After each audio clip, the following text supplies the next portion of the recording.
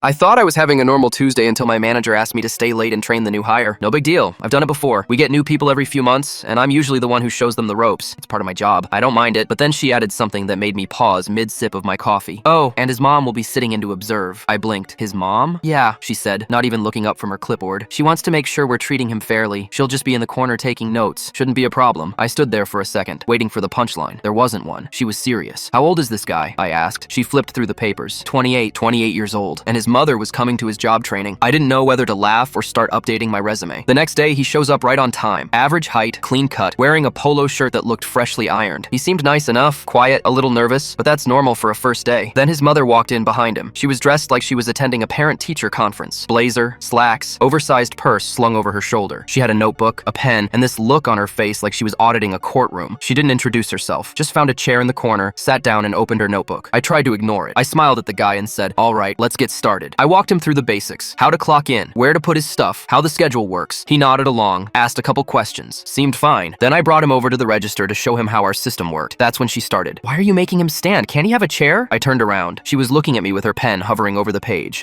We stand at the register," I said. "It's just how it works here." She wrote something down. I had no idea what. I kept going, showed him how to scan items, process payments, print receipts. Every 2 minutes, she interrupted. "That seems like a lot of steps. Is there an easier way? Why does he need to memorize codes? Can't the computer do that? How long is he expected to stand in one place?" I stayed calm. I answered her questions. I explained everything as clearly as I could, but it was like training 2 people at once, and one of them wasn't even on the payroll. Then I handed him a stack of receipts to file. Basic stuff. Every new hire does it. It's just part of learning how the back office works. She stood up. "Excuse me," she said, walking over. "But is this in his job description? Because I didn't see anything about filing in the job posting." I glanced at the guy. He was staring at the floor, face red. My manager heard the commotion and came over. She was trying to be professional, but I could see her jaw tighten. "Ma'am, this is standard training. Everyone does it." The mom crossed her arms. "Well, I don't think it's fair to pile extra work on him his first week. He's still adjusting. You need to ease him in." At this point, the guy, her actual adult son, looked like he wanted to disappear into the floor, but he said nothing. Didn't defend himself. Didn't tell her to leave. Didn't tell her he was fine. Just stood there staring at the counter like he was waiting for the ground to swallow him whole. 2 hours later, she was still there, critiquing everything, timing his breaks with her phone, asking if the lighting was too harsh, suggesting we let him sit during his shift, writing notes like she was preparing a legal case. I'd trained a dozen people. I'd never felt this exhausted. Finally, my manager pulled him into the office. I don't know what was said, but 10 minutes later, they both walked out. He didn't make eye contact. His mom had her purse on her shoulder and her notebook tucked under her arm. They left without saying a word. He never came back. We got an email the next morning. He quit, said the work environment wasn't supportive enough, and that he didn't feel respected during the training process. Then, 2 days later, his mom called the store demanding we pay him for emotional distress from his 1 day of work. My manager told her we'd be happy to discuss it with him directly, not his mother.